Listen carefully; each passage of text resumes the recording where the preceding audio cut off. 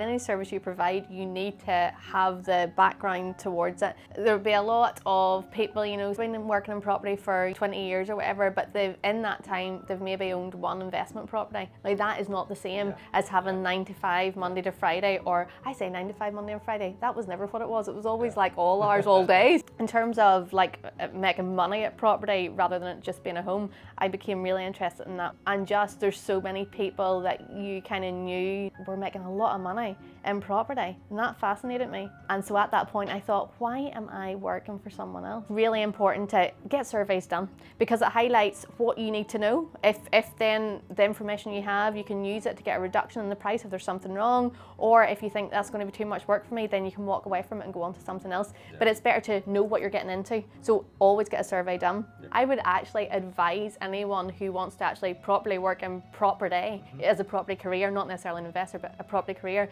to work in block management. Most people don't stick it longer than a year, but it's a way to learn really quickly.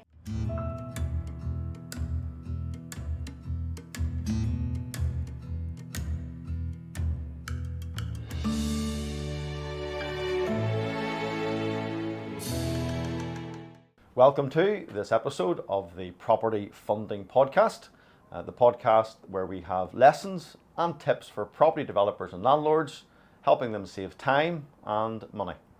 Delighted today to be joined by Julieanne White. How are you today? Good, thank you. Delighted you could join us. Thank you for having me, I appreciate it. We're really looking forward to digging in today to your property journey and your extensive property journey, I should actually say. So you are the owner, founder, managing director, general manager of Method Property Solutions. Yes, that's but right. You're also a partner of Plutos Finance Group in London. That's right, yeah. So what do you do with your spare time? Oh gosh, that's another question. Yeah, we'll keep that one for near Yeah. the end. So we've only really started to meet up face to face probably the last 7 or 8 months. I think. Yeah. We're LinkedIn friends for probably a year or two. Yeah. So it's funny how we can have so many mutual connections, but have never actually, our paths didn't cross until quite recently. Yeah, it's funny that, isn't it? But you know what? Having said that, what you just said there is so right. Like, everybody's connected in some way or another. Do you know what I mean? Especially in such a small place like this, it was inevitable. I suppose that we were going to meet at some stage, wasn't it? No, exactly. And so I've got a lot of good mutual friends Yes. that we could vouch for. So you're probably the same as me. Whenever we kind of connected, it was like a couple of messages going, Julieanne White, do you know her? Is she okay? Any skeletons in the closet? And you're probably doing the same thing to the same people, I would imagine.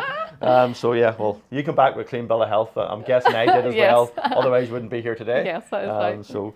So how we start off, bit of a surprise for you, is Okay. a quick fire round. Love it. Okay. So obviously you have not seen these, but our viewers and our listeners, I think, are beginning to enjoy these as different Okay. people throw these in. So one word answers. Okay, that's fine. No big long stories and descriptions. One Okay. word answers. So here we go. Favorite food? Pasta. Oh, that's unusual. Favorite film? Oh, Bridesmaids. Very good. Okay. Favorite country? Oh, Barbados. Okay. Favorite sport? Horse riding. Notice that your LinkedIn profile, working in an equestrian place. I Yeah. thought, I didn't know that. Okay. Now we get the controversial ones. Okay. Okay. Apple or Android? Android. Good. That's okay. I'm beginning to like it even better now. Okay. And now this is the big controversial one. This is the dividing line in What is society. Marmite, like it or hate it? Like it? Okay. It's what it's like. I've never tried it and hated it. So like, Okay, well then, it's okay, like. it's okay, So yeah. I must like Not the first go-to topping for toast, but it. No, but I would not say no to it. okay. No, So, that's I must like definitely definitely not a hit. Okay, dream car. I'm not really big into cars, like, to be fair. Not too bothered. I don't even have one in my mind that I would pick Okay, out. no, that's fine. Favorite property type. Like strategy, you mean? No, so like terrace, detached, villas. Oh, it would very much depend if it's going to be for a home or an investment. I know Okay. that's not one word. Pick investment then. Oh, terrace. Okay.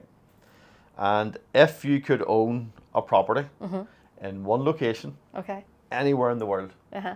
where would it be? Barbados. Barbados. There we are. You didn't even pause at that one. No need to. Yeah. And that's nothing to do with the recent holiday in Barbados, I guess. I just love it there. It's the Right. best there, like honestly. Okay. No, it's. I've been to.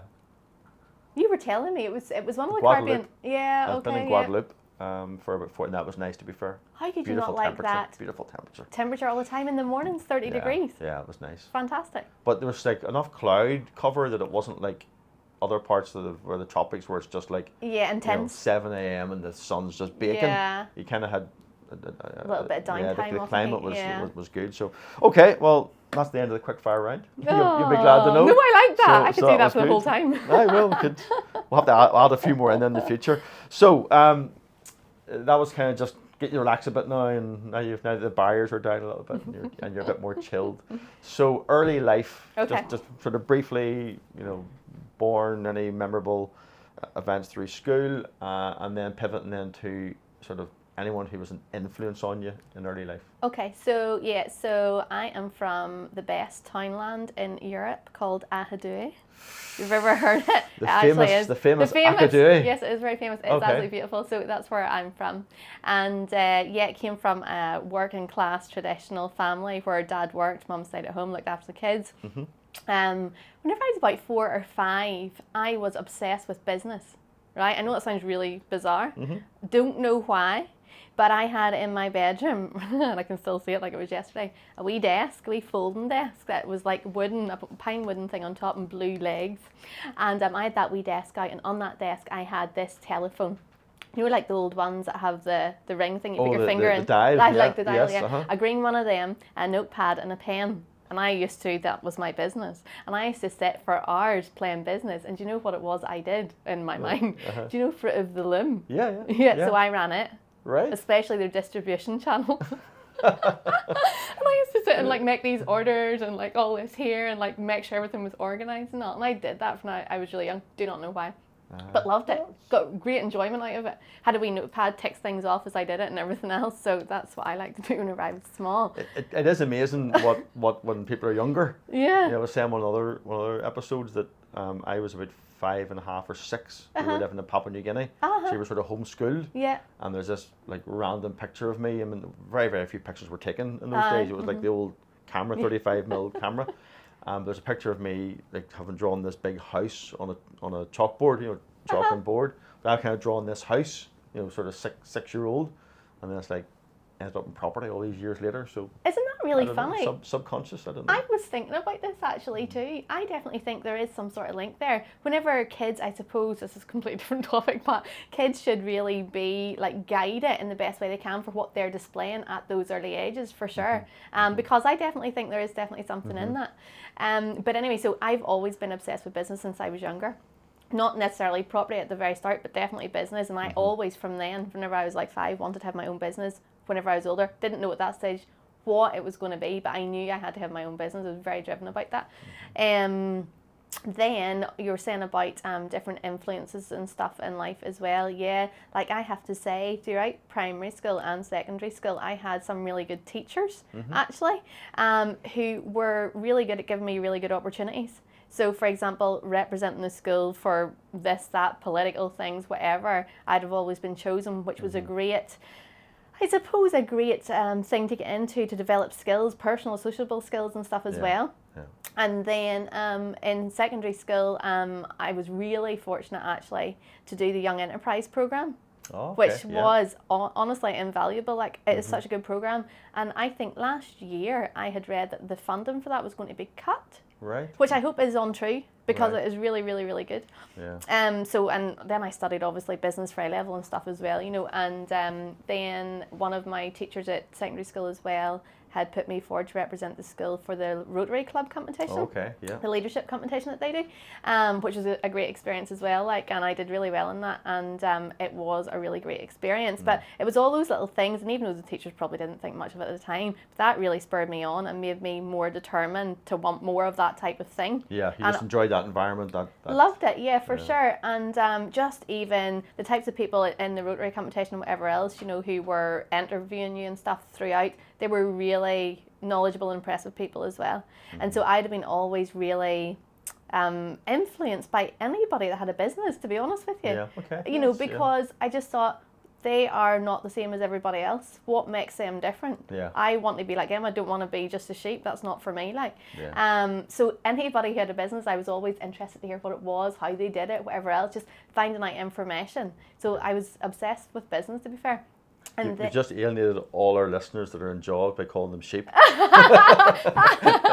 I know what you mean. Do you know what I mean? Yeah. What I mean is there's somebody who... Followers or leaders type scenario. Absolutely. Yeah. And people who aren't afraid to put themselves out there to get something different to what they maybe could have. Another way of hearing that is self-employed mentality versus employed mentality. Yes. Which is a discussion that my wife Brenda and I have on a regular basis. Yes. That there's just and it's not that one's right or wrong. No. That's not what we're saying. No. Some people are just, you know, or wanna, this is my work time, this is my home family time. Yes.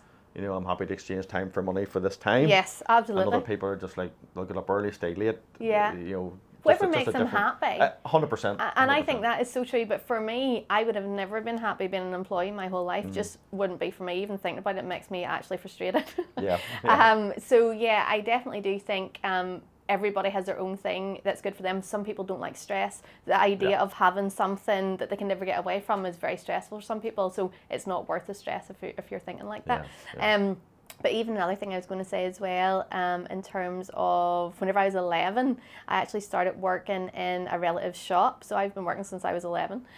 Throughout the whole way through school, it was a newsagents that they had. Yeah. So even that I thought was, I loved it. Like on a Saturday, obviously, for like 4 hours, because it's a relative. Bit of pocket money. Bit of pocket money, getting to chat to people, getting to, really good actually for arithmetic and stuff as well. Whenever you're giving change to people, you have to think, you can't use a computer, it's just really quick. So yeah, that was a really good experience too. I have this story going through my head here. I'm going to have to tell it. Go back a little bit to your story about what you did, pretending to do business. I'm trying to remember which one of our boys was it. Was it Joshua or Caleb? But the I don't know if it was for Christmas we got them, or maybe their grandparents got them, like a wee cafe type thing. And whenever it was a family get together, then I'm pretty sure it was Caleb, it was the younger one. He would have, you know, it was like a whole big thing, you know, cups and saucers in a wee shop. So he would have come in, and it was funny because at first it was all, oh, look at that, oh, it's not lovely, you know, and what do you want, you know, a cup of tea, and he pretended to make it. Then it came to pay the bills. And he wanted real money. But I made you a cup of tea, it was real money. So yeah. That is so funny. Like that's smart. That's good business. That is smart. That is smart, you know, definitely. So, the rest of the family weren't just quite as happy with that. Not going there again. They give a few, you know, a sort of an air cup of tea with nothing in it. But there we are. No, that's okay. So influences, that's good. So really, business was kind of something that just like floated your boat. You got excited about it, and that there. So. Education-wise, then, in terms of you obviously finished school, further education, business administration type degree, and where did you do that? Georgetown, or Coleraine Uni? Sorry, Coleraine. Okay, that's where. Well, Coleraine is not McGee. Sure, it's not. No, McGee's in there. That's okay. Still part of Ulster. I get mixed up. No, so my son went to McGee. Oh, and very did good. Business. I think more or less the same one. He focused on marketing. Rather than I think he was probably maybe there side. more recent than I would have been. Yeah, just a few. Well, he was there about 4 years ago. Okay, so that took you in. So then you knew business was what I wanted. Business. Yeah. And then, so how did you first get involved in property? Then what was that? Okay, so even though I was always really interested in business, as I said, I didn't know what it was necessarily whenever I was that young that I wanted to do, obviously. There was a few different things I'd thought about. But it was whenever I was a teenager then, really an old teenager, that I became really interested in property. Well, I was interested from like, probably I was about 15, but more so like some of my friends' parents were architects and stuff like that. Okay. And I remember, actually, it's another funny thing. I remember one time one of their friends was down at our house, and I was chatting to him about what he was doing. And I said to him, I'm going to draw a house. I was like, Right. no, I can't draw. I'm like really bad at art. Right. So I'm gonna do this, and you tell me what you think of it, and you can design it for me properly whenever I'm older. I said to him, and so I actually drew this, but I would have kept all those things and put a date on it. So whenever I was 15, Very I'd have good. put down drawn on whatever date. And you still have that Yeah, now? I do. It's really Excellent, funny. excellent. That's So like I've always been planning ahead. I'm a planner. I love planning. I Okay. love thinking long term, not short term. That's how I always approach everything. Yeah. So yeah, just funny wee things like that, and I was 15 at the time, but in terms of like making money at property rather than it just being a home, I became really interested in that whenever I was like probably about 19 or something like that, to be honest. And just there's so many people that you kind of knew, not my family, but other people that were making a lot of money in property, and that fascinated me. Yeah. Like, Okay. how do they do this? Like, how can they do this? Where are they getting the money from initially to start up? Blah blah blah. Yeah. All of that really interesting. The older I got, I just got more and more and more and more interested in it, to be Okay. honest. And what was your first job then, or what was your first paid Job? role in property? Oh, in property block property. management. Block management, and I was a letting management agent looking after. They were at that stage. So I've worked for the two block management agents in Northern Ireland. So I Okay. worked for the first one, worked for two before I set up my own company. And they largely did block management. They did rentals as well. So they would have looked after all of the blocks from the whole of Northern Ireland, like from the north coast down to Right, Enniskillen, okay. and then everywhere in between. So that was essentially where I learned a lot of stuff. Block management is something here that people don't know a lot about, but it covers so many things. The experience you get, I would actually advise anyone who wants to actually properly work in property as a property career, not necessarily an investor, but a property career, to work in block management for a while. Most people don't stick it longer than a year. And why is that? Just the hassle factor, the dealing with tenants, the. Do you know what? Look, there's a lot behind it. Now, I loved it. It was very challenging, very fast paced. You need to be making decisions quickly. You need to be Okay. making sure you're getting back to people quickly. It is very stressful. Depending on which company you're maybe working for, that can be the problem rather than the actual block so management itself. Just the environment. Yes. Okay. Yeah, that makes So sense. there's a lot of things, but it's a way to learn really quickly. And I remember whenever I started, I actually was really fortunate. We had an amazing civil engineer who would have done a lot of work for this particular company that I worked for, for the block management. He is fantastic. Like, I Right. still have a good relationship with him now. And he's so knowledgeable. And I remember at the very start, probably for the first year or more, I would have went out with him to everything, to learn everything.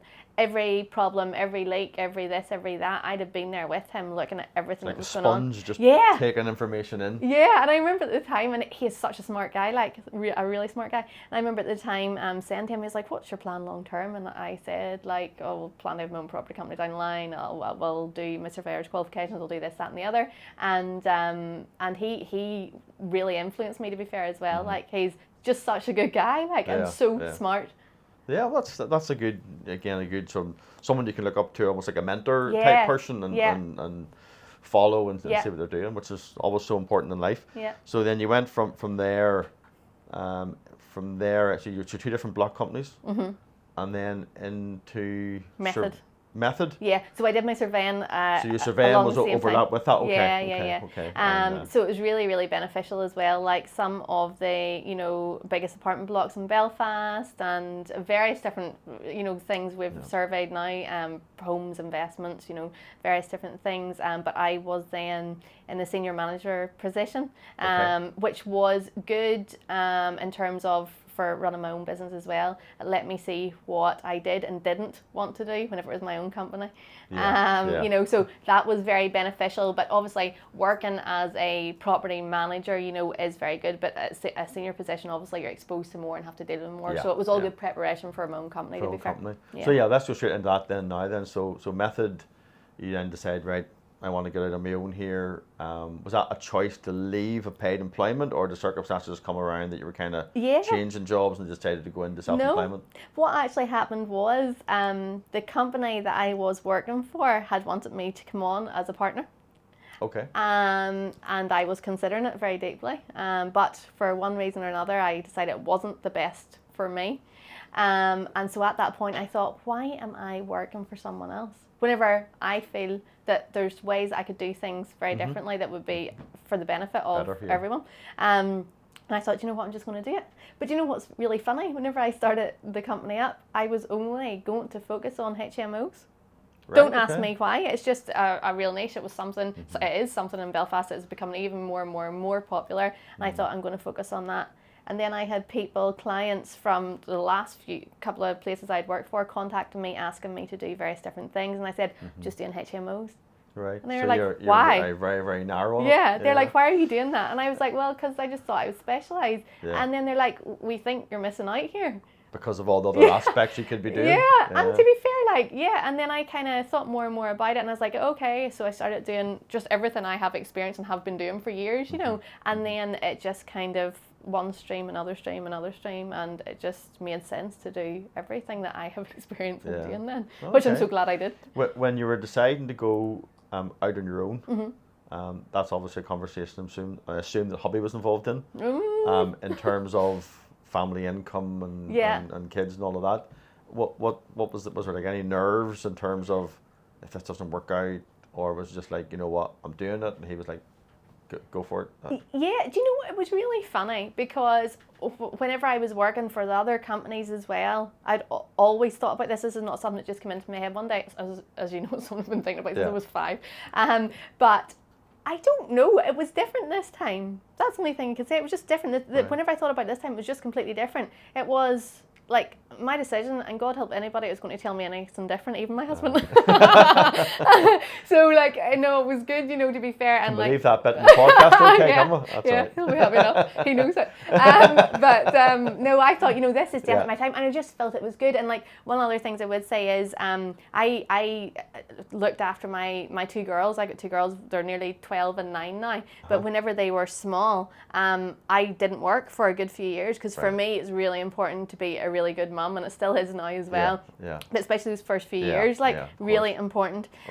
So, you know, I think my husband's probably glad now that I'm I got my own company, because then I wasn't working, because it was really important for me. And it's now good. They're a bit older. They need you in different ways, but they can feed themselves. Do you know what I mean? Yeah, it's not the same time pressure, or you must be there at a certain time. Yeah, and that's why I think as well for me, setting up the business was the time then too, because we had went through that stage with them, the baby stage, the toddler stage, and whatever else, and they're older now. And to be honest with you, there's no way I would have been comfortable doing the business whenever they were kids, because I don't think that would have been fair for me. You couldn't have stretched. I couldn't have been 2 places at once, or being away and stuff and as well. Yeah. So for me, it was just the perfect time, and I am so glad I did it right then, because it was the right time for me to do it. Okay.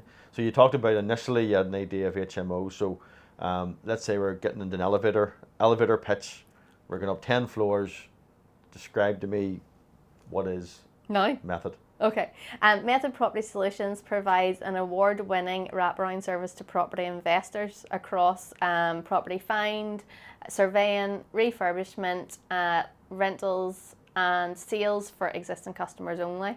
We also provide consultancy services too across NI, ROI and internationally. And that's as quick as I can make it.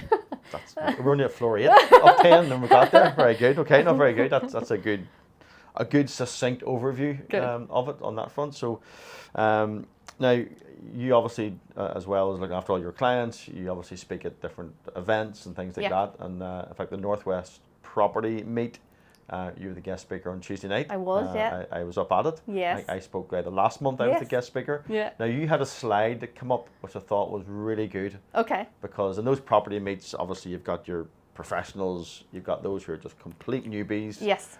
But even professionals sometimes are very good at their aspect of property. Yes. It doesn't mean they're good at everything. Yeah. And you fired up a slide and I thought, that's a really good slide for this type of event.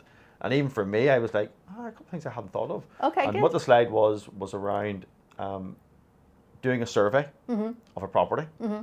And what should people look for? What are kind of like the red flags? Yeah. So could you regurgitate that slide? If you remember the slide, can you regurgitate? Which one was it? Which one was it? I can dig out my phone on it. It was the one where you just talked about...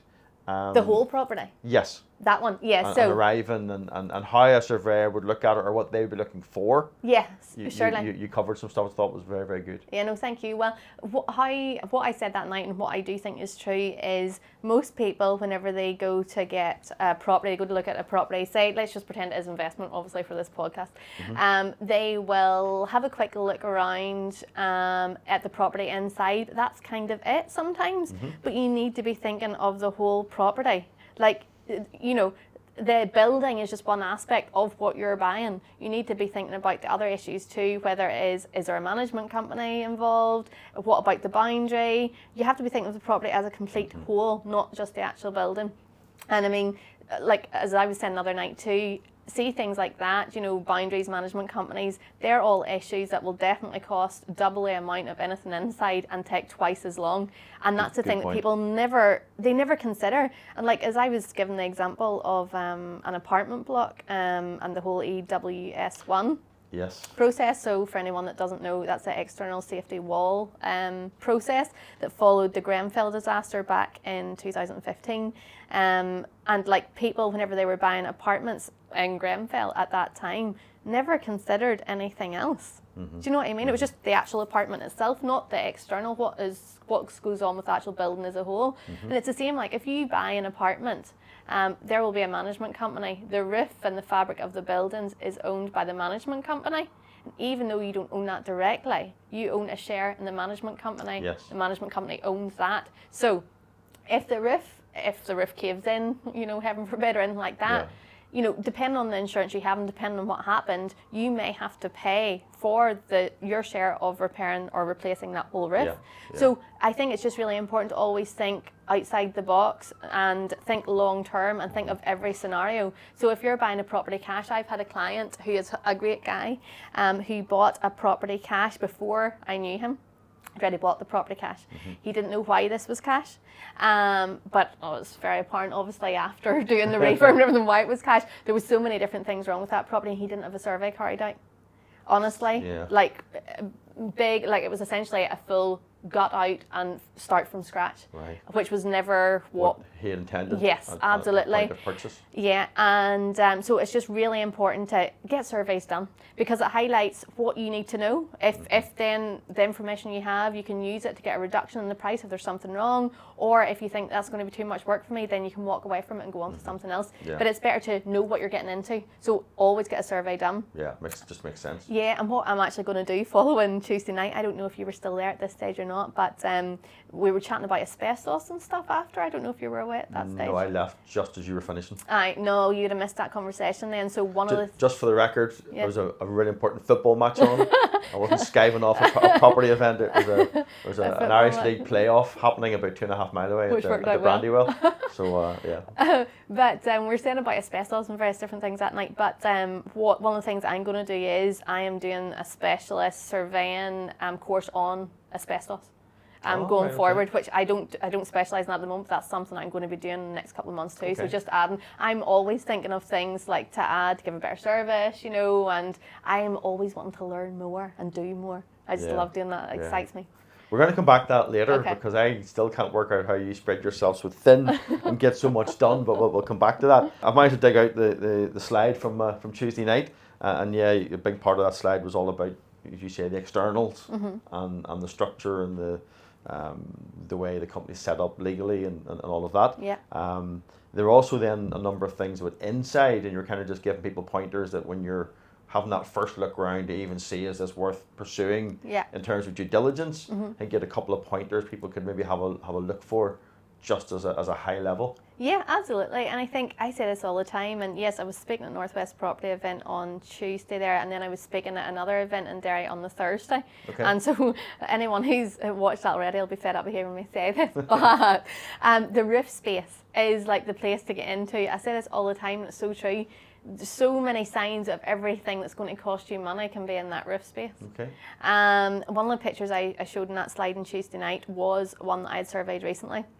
And I don't know if it was easy to see from the picture or not, but like it was a simple lead flashing issue around the chimney. Yeah. And it was not that hard or difficult to fix, but the owner, it was an owner-occupied property, this one. I don't know if they just didn't bother, or like some people see things in the house and they just let it go on, and then obviously it gets worse, it costs more to fix. But anyway, this had been going on for so long that the actual mortar around the brickwork and all had started to erode, and then the moisture content in the roof space was at 50% moisture and above, which is the prime conditions for wet rot. So obviously then the timbers were starting to rot as well. So like simple things like that, you know, if obviously like whenever you're going to look, if you're an investor, you're not going to know all these things, but it's good to look for something simple like that. Is there any signs of leaks? What does it feel like whenever you go into a property? Now this sounds really weird, but whenever I go into a property, I can almost tell what the EPC is, energy performance rating, you know. Whenever I go in, I can almost sense it. And it's just based on just whenever you're going in now, you have to take into consideration if a property hasn't been lived in for a couple of months, it's going to feel much colder if there's no heat on and various different things like that. But just based on what the property feels like, it's really hard to describe. But I've been right. I actually just checked. I will never check before I go into a property, but I'll check the energy rating after to see how close I am. And obviously, properties is very much dependent on the living conditions. So if you've got someone living in a property who isn't opening windows, the extractor fan isn't on whenever they're showering, you know, this, that and the other, the moisture level's got to be really high, isn't it? It's not being able to escape. And that's common sense. Yeah. And yet some people do not apply common sense to property. The majority of people don't, and that's what's so funny, especially, well not especially, but rental properties, you would see a lot of issues like this.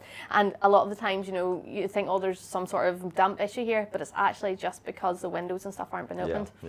A property that I saw recently, people were living in, they had, you know, the way you've got the wee keys on the windows now, like they have those wee keys.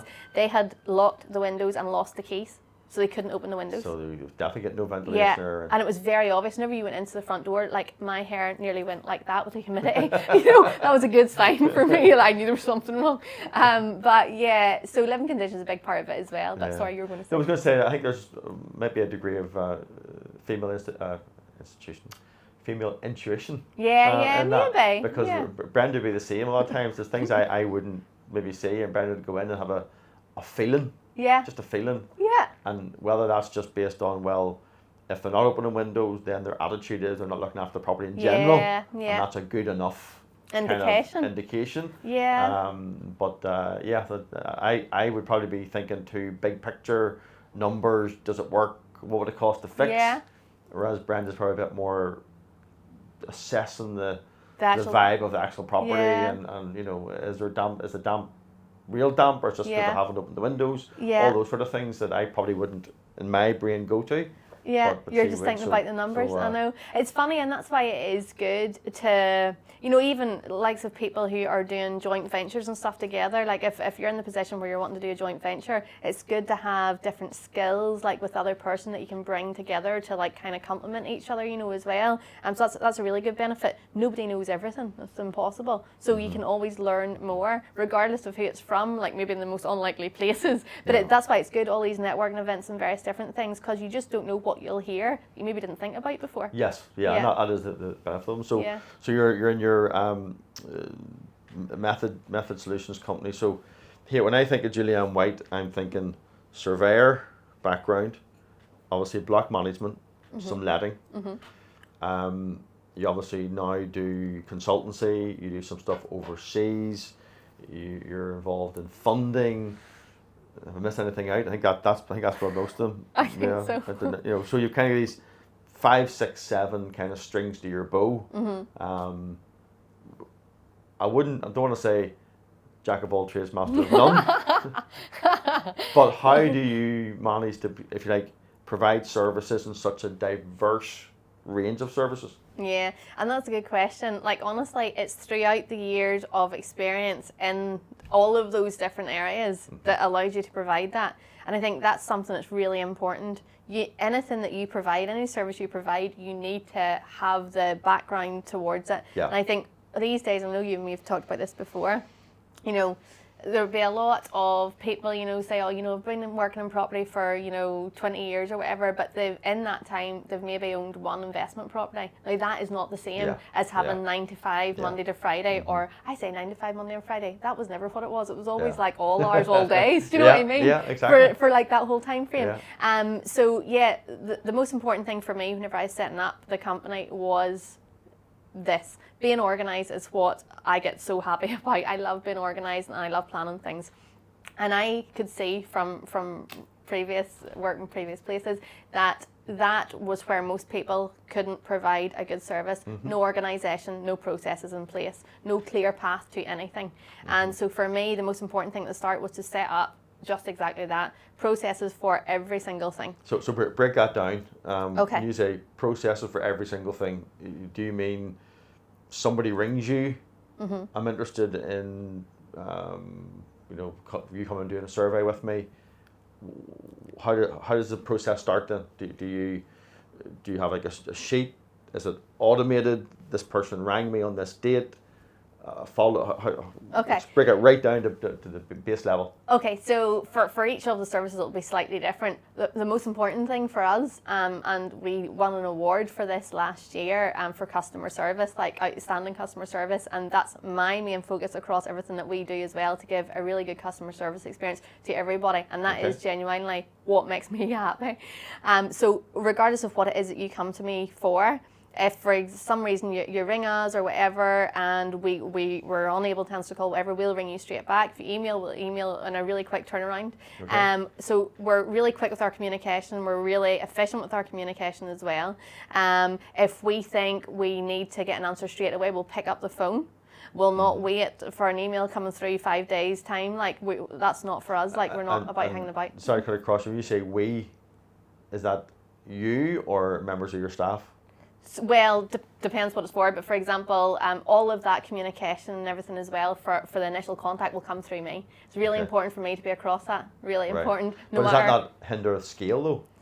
If you're limited by that, you have to be the person making that first phone call or that first introduction, does that not put a glass ceiling that if you can't do it, then no conversation can happen with any one of your clients without you? I see what you're saying, but it hasn't been an issue yet. We haven't been in a position where we haven't been able to get back to somebody within a really quick time frame, to be fair. And that is something that is really important for me as well. We're actually hiring for another surveyor at the moment as well. We need another surveyor. There's just too much of that work coming in for me to do. And we have a couple of teams of contractors who do our refurbs and stuff as well. So there's other people there. But for me, I always want to be hands-on with this. It is never my intention, no matter now, 20 years down the line, I want to know what's going on every minute of the day. That's because just your management style, your processes, which is, well, for me, look, in the past, whenever I have been senior manager in other places and stuff as well, I would be responsible for recruiting and stuff. I always find it very difficult because the average person doesn't really care too much what job they do. So your demand levels are maybe higher than what most would normally expect applying for that role? Yeah, I just, look, my main thing is always based around customer service. So whatever I do, whatever anybody who's going to be working for me does, it has to be providing a good level of customer service, and if it isn't, it won't work. And I think, and that's fair. No, it's an interesting attitude in terms of, particularly in the property world, where you have so many people who are time wasters, tire kickers, those who want to just bleed you for information by paying for it. So if you're really focused on that customer care, then it gives you kind of a focus. And I think, do you know what? It's funny because if you think about it, well, anyone that I've ever dealt with in the past or my own experiences buying houses or whatever else, you'll know yourself, estate agents and various different property people, they're not known for having really good customer service. That's the thing people always complain about. And that's why I always wanted to have that as my focus, because, and that's what my clients would say as well, my Google reviews and every other review I get in as well, they always mention communication, that's what they say, which is really nice because that's what our focus is. But anyway, back to the processes that we were talking about. So it's really important for me to have that structure. I will always have the initial conversation with the client because I want to do a fact find with that client. I want to see exactly what they want, what their position is, what their long-term plans are, you know, how quickly are they wanting to move. This is really important for the Spanish investment side of things. See, for investment in Spain, everybody wants to have a property in Spain. Yeah. But very few people have actually given this really deep thought. So I suppose it's really important to know exactly what you're dealing with. And as part of that initial call, as communication is a thing we're all about, we always say, what is your preferred communication? There's no point in me ringing somebody if they don't want to.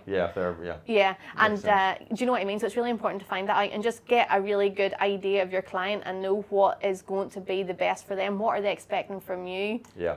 And making sure you can deliver that to them. That's a good way of doing it, to make sure you're not, you know, even getting frustrated by ringing someone and not picking up. Yeah. But if I told you, well, actually, I work from 8 to 6. Can't answer. Don't you know, can't. Yeah. So in terms then, so say you've made a phone, so say it was me, say I call you and I say, Julieanne, I've got this property, I'd like you to help me fix it up and sell it. I've made the call.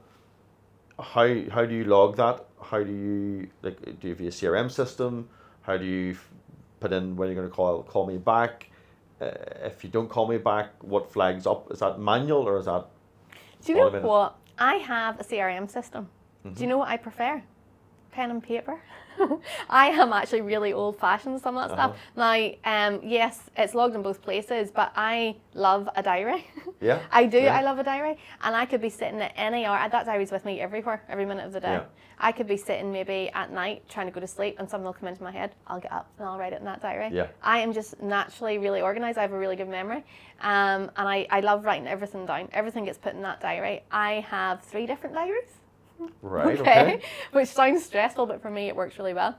As in 3 different books? Yeah. Diaries? Okay. Yeah. So one for like high level stuff, one for medium level stuff, one for low level stuff. Right. Okay. See, I thought you were going to say like business, family, personal. No. But you're high level, Yeah. mid level, okay. Yeah, and do you know what? They also, obviously the high level one will have all of the detail, like extra detail. Medium one, the main details, and the small one, not many details. And they all work in sync with each other. And for me, it helps me be really organised. It's interesting. Actually, I don't think I've come across Someone that crazy before like that. as such, 3 different diaries like that, but okay. So you tend to do all that automated. How then does that then play into a team? I've been here in the previous company where you'd hire some staff and then there was this constant discussion about either A, David, the CEO, you're micromanaging. Yeah. Or B, it's in your head, but you got to make sure it gets into the team's head. Yes, and so how if it's all in your diary, I mean, how does the team then know, or who checks you to make sure you've made that call that you're supposed to make? Me. I am very disciplined and very driven. If I tell you I'm going to do something at a particular time, I'm going to be there, I will be there. And the only way I won't be there is if I'm in hospital. And I think that's really important. And one of the things that makes me cross is the lack of accountability and responsibility that the average person takes. Yeah. And that is something that doesn't sit well with me at all. Like, if I say I'm going to do something, I'm going to do it. And I can't understand why people would say something and not follow through. So for me, if it's in that diary, it gets done. And 9 times out of 10, if it's in the diary to be done, it'll be done way before that anyway, and it'll already be sorted by the time I come to it. Yeah. But yes, we do have a CRM system as well, like, and all that information's logged, like all the rentals and everything else like that there, payments coming in, you know, we do have that there too, but I have my own diary with specific details and stuff as well. Like our contractors that do all of our refurbs and stuff as well, like we chat every single day, get an update every single day. We'd be out on site checking ourselves anyway. Pictures and videos every single day, what's been done, what's not been done, what's the story. Refurbs is my favourite thing that we do. Like it is, I just absolutely love it because it involves a lot of organisation. Yeah, and that's a good point because the more organised you are when it comes to refurb and multiple different people, multiple different moving parts. You know, and it's important to be so on that, otherwise you just lose time. And it's true, like, and for example, like, we're always thinking about what else can we do. For example, one of the active refurbs we have at the moment is a period property, and it's fantastic. Like, it's nice to do something a wee bit different. I love all refurbs, but that's a particular big project and it's good. But anyway, for example, we were putting underfloor heating in. Is one of the things we were doing. So we had to dig right down to the earth, get everything sorted, and the underfloor pipe works down. Then we had to put in a poured concrete floor. Right, okay. So obviously drying time. Yes. It's a big thing there. So, like, a lot of people would be like, oh yeah, we'll wait for the floor to dry. No, as long as the floor dried out, obviously for a period of a week and a half or whatever, so you could actually walk on it without damaging it. Okay. But within that time frame, we have been in there, we've taken down all of the old plasterboard, we've put all the wiring that needs to be up, put the new plasterboard on, sorted everything else. We're constantly in there doing work because I don't want to waste a minute. Why would I want to do that whenever it's going to delay the project? With that project, I think we're actually 3 weeks ahead of where we're supposed to be. Which is rather unusual when it comes to property projects. Yeah. And funny, you mentioned there about your LinkedIn and taking photographs every day. So I think that's what kind of brought you to my attention. Oh, okay. Was you're in the feed, and next thing, this property, My accent. another satisfied customer, did it. And I was like, who is this girl, Julieanne White? And then I think, where was I? You were doing an event in Dublin. At one stage. Last year. But yeah, and that was kind of the catalyst. And I think then you were specifically talking about funding, possibly. Yeah, you did a thing it of funding. was Stephen O'Sullivan's Dublin property meet. Yes, okay, yeah. So that was about the time. That must have been October, November. I'm guessing. It was because that was when we were pivoting into prop funders. Yeah. And I was in this mind. Okay, what about funding north and south and debt? And then you popped up talking about funding. I thought I better reach out to her. And, isn't that funny? Yeah. So that was the link. But yeah, and the constant sort of LinkedIn and social media, it just keeps you in people's minds. And another satisfied customer, another job done, or I had this problem, here's how I solved it. Yeah. So social media, that's been a strategy of yours. Is that how you gather more customers, or is it just about credibility of a brand, all your stuff you do in social media? This is actually a really funny answer. And the answer is social media is one of those things where, like, nowadays in business, you kind of have to be on it whether you want to or not. Do you know what I mean? Yeah. Because if you're there, like, you're popping up, you're in people's mind and various different things. But to be honest, most of my business is word of mouth. Like, honestly, it is. Facebook's probably my worst thing of social media, for I don't know why. LinkedIn's probably the best, Instagram's probably in the middle. But I don't, I should be doing far more in social media, but I just don't have the time to do it. I do try and do it at least 3 times a week, but I have a lot more stuff that I could be putting on there, but I don't have the time. But so word of mouth is the biggest source of my business. It's important. Yeah. I mean, it's interesting, again, this is a dilemma that I've had the last number of years, is social media, should I be doing it within the business and spending an hour and a half, 2 hours a day doing it? The answer is probably yes. But then, as you say, I haven't got time. And it's like, well, is it worth employing someone else to do it then? Yeah. Because you're obviously, camera friendly, you like, talking, you're animated, you're really good social media. You can see the passion coming out, and that you love what you're doing.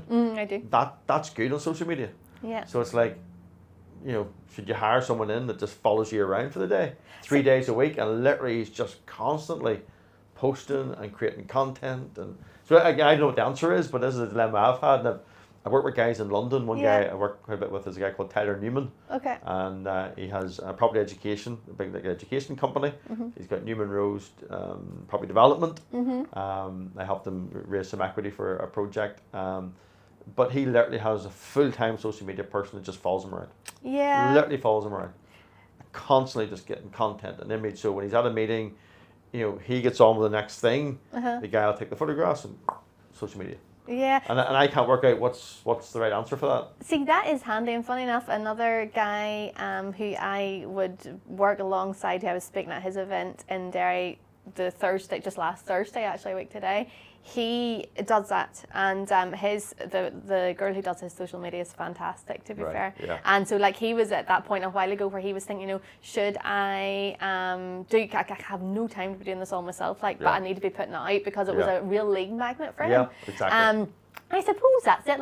If you're getting lots of leads coming in from social media, then it would make sense to put more stuff out. Yeah. And I suppose I do get stuff from social media as well, but just the volume of word of mouth is much higher. Yeah. So I don't know. That's what you've done. Yeah. I'm not sure what the answer is, but it's interesting discussions and debates with people. Yeah. About that, and certainly as social media goes forward, I'm a firm believer in that a lot of younger developers now who are social media savvy. Yeah.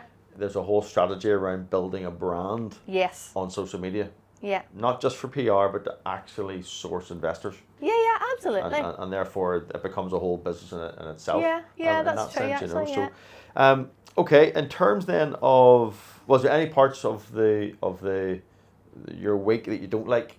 Of my week? Yeah. So you're running all your businesses. Is there any part particularly you know, you obviously enjoy dealing with clients on customer care. You enjoy that.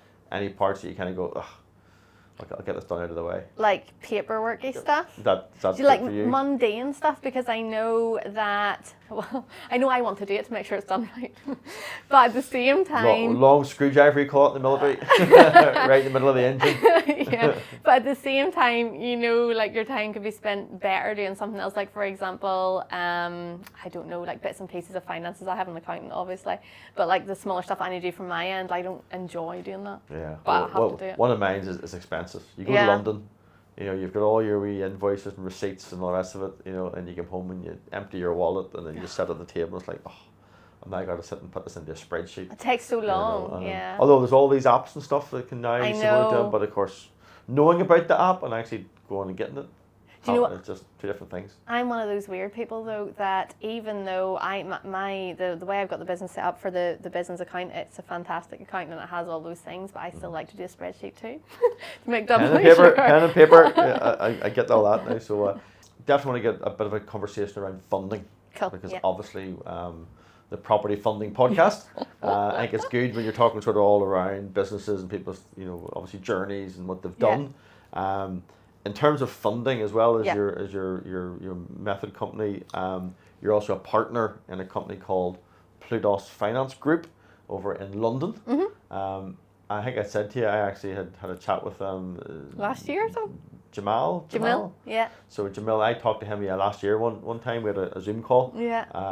And we were just in the middle of coming out of Leo crowdfunding, moving into prop funders. So it was an interesting conversation, but it didn't go anywhere. Mm-hmm. And then lo and behold, you're a partner with them. So explain exactly what they are and what do they provide to the property market. Okay, so Plutos Associates has been in business now for about 13 years, I think in total. So they are an alternative lender, broker/lender now. Actually, I'll explain a little bit more about that in a minute. So they provide funding across the UK, Northern Ireland and the Republic of Ireland and internationally to Tier 1 countries now too. Okay. Including America and Barbados.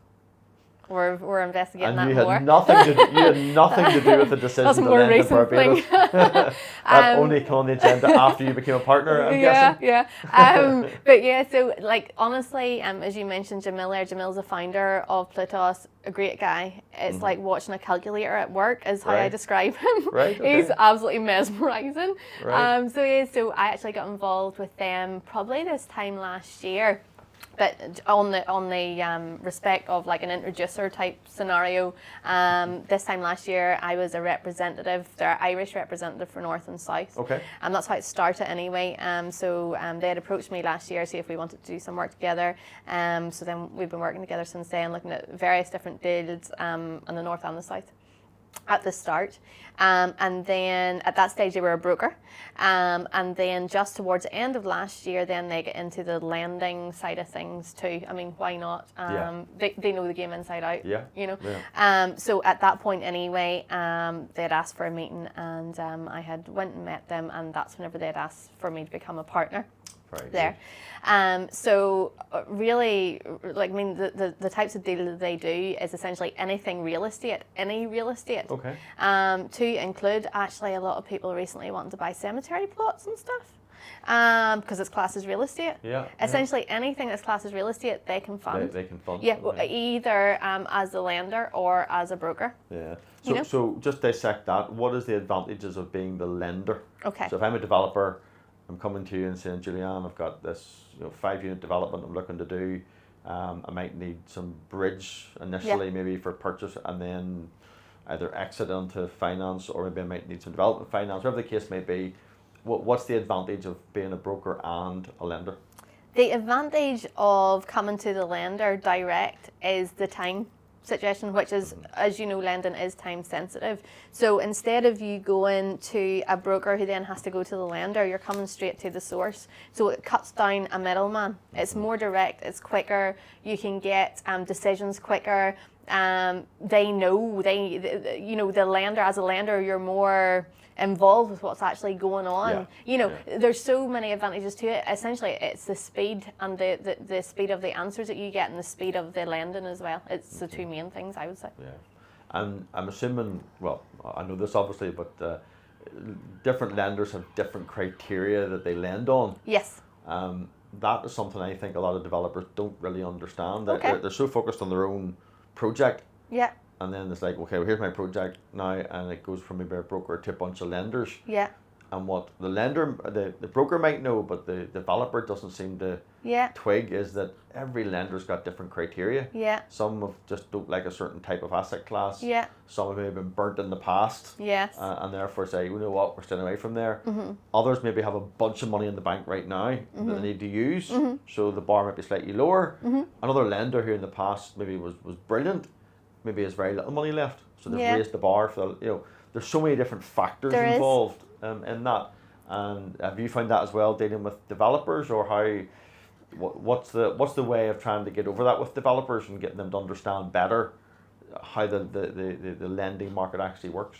That's a really good point. And as you say, each lender will have slightly different criteria, slightly different LTVs, and, Yep. and very certain, maybe they prefer a certain exit strategy to another one. You know, essentially, a lender will want to make sure that their money's safe. And they have different, like this is Jamil's area of expertise, he's the investment banker guy, but they have different equations that they use to work Yes, this out. yes. It's all very technical. It's the stuff they would have studied at uni. And if it doesn't, if the ratios don't work, it isn't a deal for them. So it's all very methodical. How they work this out is methodical. Obviously, the developer's CV is a big part to play too. One thing I would highlight, I was having a conversation with somebody about this yesterday. The main thing, regardless of which lender it is at the very start, if you have anything that you think is going to be an issue, whether it be per credit rating, whether it be, but you know, I suppose bankruptcy and stuff like that, or anything at all, you need to say at the start. Yeah. Because lenders will still lend if you be upfront and honest. But so many times recently, I have been dealing with clients that have not made the information clear at the Yeah. start, Yeah. and then it goes down the line. And then whenever obviously checks are done on the lender's side and they see this here, Yeah. they're like, well, they're dishonest. Why would I I want was to work going to with say him? that's the big thing they don't Yeah. understand. It's not that you're hiding anything. No. It's like, well, it may be it's not that maybe developers are being intending to be deceitful. Yeah. They're just thinking, well, I'm not going to say that because it might adversely affect the Yes. application. Yes. Rather than going, you're asked to provide the information, and Yeah. if you don't, the lender sees it as dishonesty. Yeah. Because in reality, it is dishonesty. Yeah. Because But you're asked about that. yeah, but I get what you're saying too. Like, to be fair, like, they don't want to flag something up that might not necessarily be a problem. Yeah. Maybe they just don't think, well, it's not going to be a problem Yeah. anyway. But honestly, like, it's only at the very last stages, as you know them, whenever you've got the decision in principle and you go ahead, you've got the valuations next, and the very last stages of legals before you draw Yeah. down the money. It's around that time. You know, and you may have already paid for your valuations, and then information's found out. You know, so it's better just to do it right from the start, Yeah. and even have a Yeah. conversation with whoever your point of contact is in the lending side of things, or if it's your broker, and say, look, this is the situation. What do you think? Is this going to be good or is it going to be bad? And they can advise you based on what that lender's criteria is going to be. Yeah. Yeah. The other thing I find, I'm not sure if frustrating is the right word or the wrong word, but when you're in the game and you bring an application, say to your broker or to direct to lenders, and then all the decision principles come back, and you're looking at and trying to dissect all the terms, and you Yeah. create your spreadsheet, Yeah. and you put. And I was involved in one a few months ago, which I've discussed with you all offline. We ended up with about, I think it was 6 or 7 sort of different decisions in principle, Yeah. and then you're trying, okay, well, what is the real cost of money? Yeah. Not what is the monthly bridge rate, not Yeah. what are the fees per se, you know, legal fee. What is the actual cost of money? And I think so many developers don't approach it from that way. They don't. And I remember on a call with that one, and they're all like, but this lender's, look at the interest rate, you know, that's far too expensive. They say, yes, but their fees are half price to that. They've got a, you know, 3 or 4 grand. They're contributing to the survey and the legals. Yeah. So when you work it all out, Yeah. it's actually cheaper, but you don't see it at the off.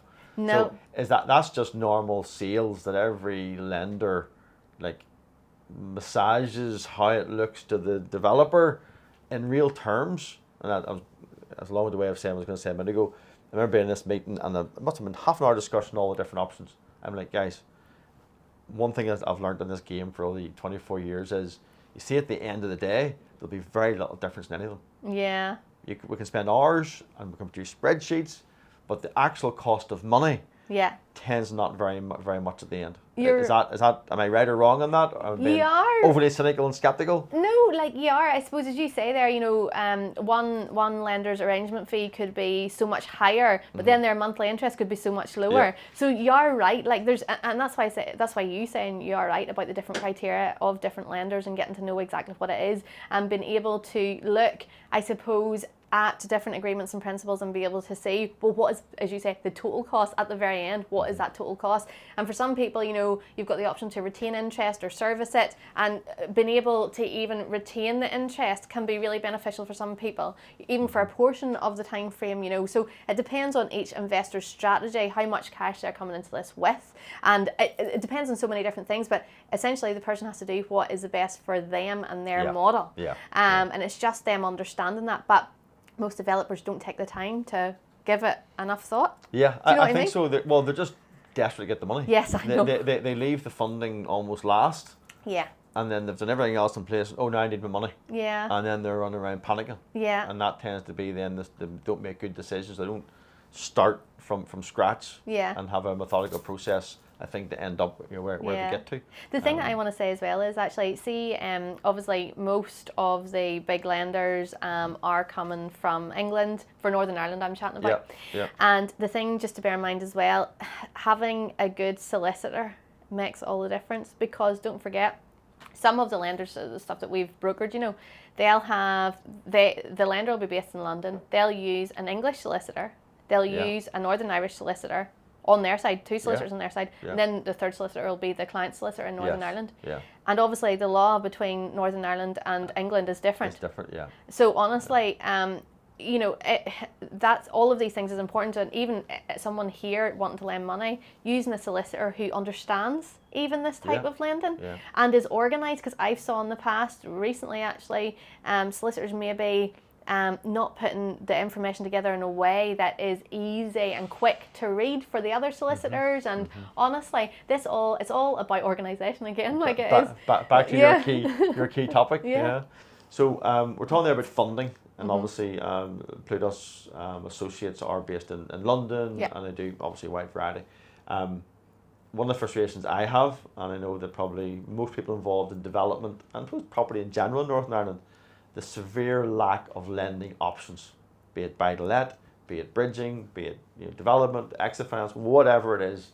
We just seem to have a really, really, really small list of options, which probably means we're paying more than we should. Why is that in your experience? Do you know, it is really frustrating, and I'll tell you about that. Like, even over in England, it's so much quicker and cheaper to get lending. Over here, people don't want to have, they don't want to lend, they don't have the same appetite. One of the scenarios that I have been privy to in the past is a lender lending money to someone over here in Northern Ireland who was doing, they were farmer slash developer, you know. And so they had used some assets as security against what they were purchasing. For whatever reason, they couldn't afford to do the monthly payments like they were supposed to do. And so over a period of time, so using appropriate channels and whatever else, the property had to be repossessed. Right. So whenever then the guys came to repossess the property, they were met by people in tractors with pitchforks and all, not wanting to let them get into the property. Right. And what could they do apart from retreat? Right. Do you know? And so, like, people, that's another reason I would say that people are really skeptical for lending over here, because yes, as you know, you can have all of the paperwork, everything in place, but the physicality of things sometimes, you know, if you went to repossess somebody's house and you were met with people in tractors and pitchforks, would you go in or would you run? Not. Like, you would just head back again. Yeah, so I think that's another thing as well. The other thing for over here is the minimum amounts of money. It is not easy to get small amounts of money over here. That's a very good point. And that is a big, massive thing which we are working on at the minute to see if there's something that we could do that we could offer that. Because I was going to say 500,000 and below, but it's actually not even. It's 250,000 and below. That is people, especially starting out, and even people more further along their journey, they're wanting small amounts of money. Sometimes people need 50,000, 60,000 to do a refurb, and they've bought the property maybe, it's had to be cash, but they've got no money to refurb it.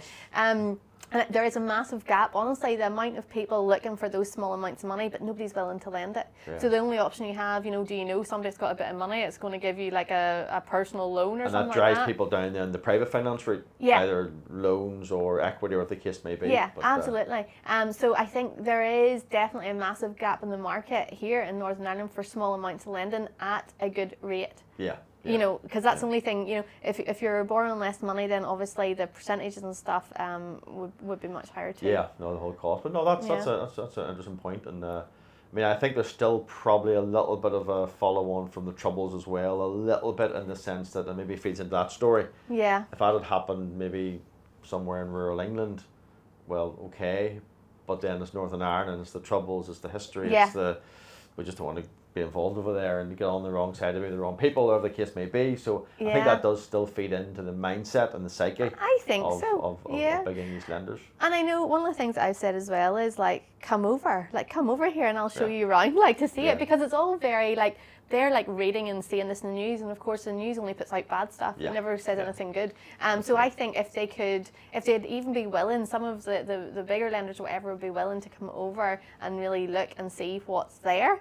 Because at the minute, as you know, for bridging and everything like that, like the rates are really high for here. But so really you have to have a really profitable strategy. Yeah, and that's for that to work. And I think what's going to happen is there's been people who have come in, some of the crowdfunding debt companies have come in, and no one even has an office here now. So as they do more and more business, then the mainstream lenders will go, well, hang on, we want a slice of that. Yeah. So maybe it takes some lenders to come in to get the changes, change the psyche, start doing business, start making money, because there's so much opportunity here in Northern Ireland. I mean, just the whole development market, you know, where we could go if we, well, there's that and planning. We haven't time to win the planning today, but had we PD over here, I mean, it would be unbelievable. Yeah. You know, but unfortunately we don't. It's simple as that, and the planning process is just archaic. Here, unfortunately, but that's another topic. So, wrapping up then, newbies, what advice would you give to newbies? Someone comes to you and says, Julieanne, I want to get into property. I've got 40, 50 grand here of savings I've saved up. I would like to get in. What should I do? How should I start my journey? Okay, so what I would always do is kind of go to the end and work backwards that way. I would speak to them and I would say, like, what is your ultimate goal here? Are you wanting one property? Are you wanting 100 properties? What are you wanting long term? And then kind of go from there. You know, what is their circumstances? I had a new client come to me recently who I'm so excited about because they're so ambitious. Like, and that's not normal, because normally new people are very cautious. And so this is great. And we're talking about different, you know, getting them, a finance, whether it just be normal bag-lit mortgages or whatever it was going to be. And then they threw a curveball at me. They said, I just forgot. I have got a house worth £400,000 with no mortgage on it. And I was like, what? Why did you not tell me that? I was like, oh my gosh, this is excellent, because you're going to be able to pull the money out there for a much lower rate than you know. And so, like, it's just really getting to know them and what they actually have, because a lot of people have stuff like that they don't really think they can use. Don't think it's part of the equation. So, I mean, that was excellent, obviously, for everybody involved as well. So I would speak to them, get to know exactly what they have, what their plans are, and go from there. Some people feel really safe going for an initial 2 up, 2 down long-term rental. And that's fine. Some people want to be a bit more adventurous and go down the HMO route, or maybe service accommodation is a big thing now, as you know.